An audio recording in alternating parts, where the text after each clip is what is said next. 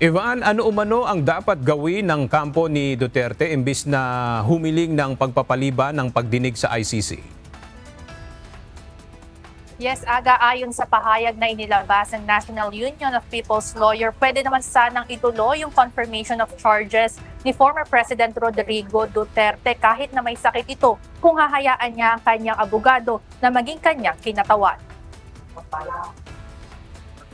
Dismayado ang mga biktima ng war on drugs, maging ang mga taga-suporta ng mga ito dahil sa pagpapaliban ng confirmation of charges laban kay dating Presidenteng Rodrigo Duterte sa International Criminal Court sa The Hague, Netherlands. Ito'y kasunod ng kahilingang indefinite adjournment ng defense team dahil wala umano sa maayos na kalagayan sa FPRRD para humarap sa paglilitis. Ayon sa pahayag na inilabas ng National Union of People's Lawyers, kung may sakit man ang dating Pangulo, maaari niyang i-waive ang kanyang karapatan na humarap sa hearing alinsunod sa Rule 124 of the ICC Rules of Procedures and Evidence at hayaan ang kanyang abogado na maging kinatawan niya.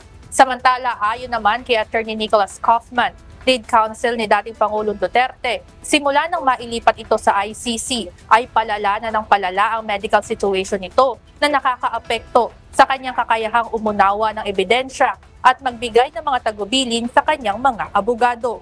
Bagamat matatagaan niya ang kalooban ni FPRRD, ang kanyang edad at kalagayan sa loob ng detention center ay nakakaapekto sa dating Pangulo. Makikipag-ugnayan naman ang panig ng mga biktima sa Office of Public Counsel for Victims ng ICC upang isulong ang agarang pagre-reset ng naturang hearing.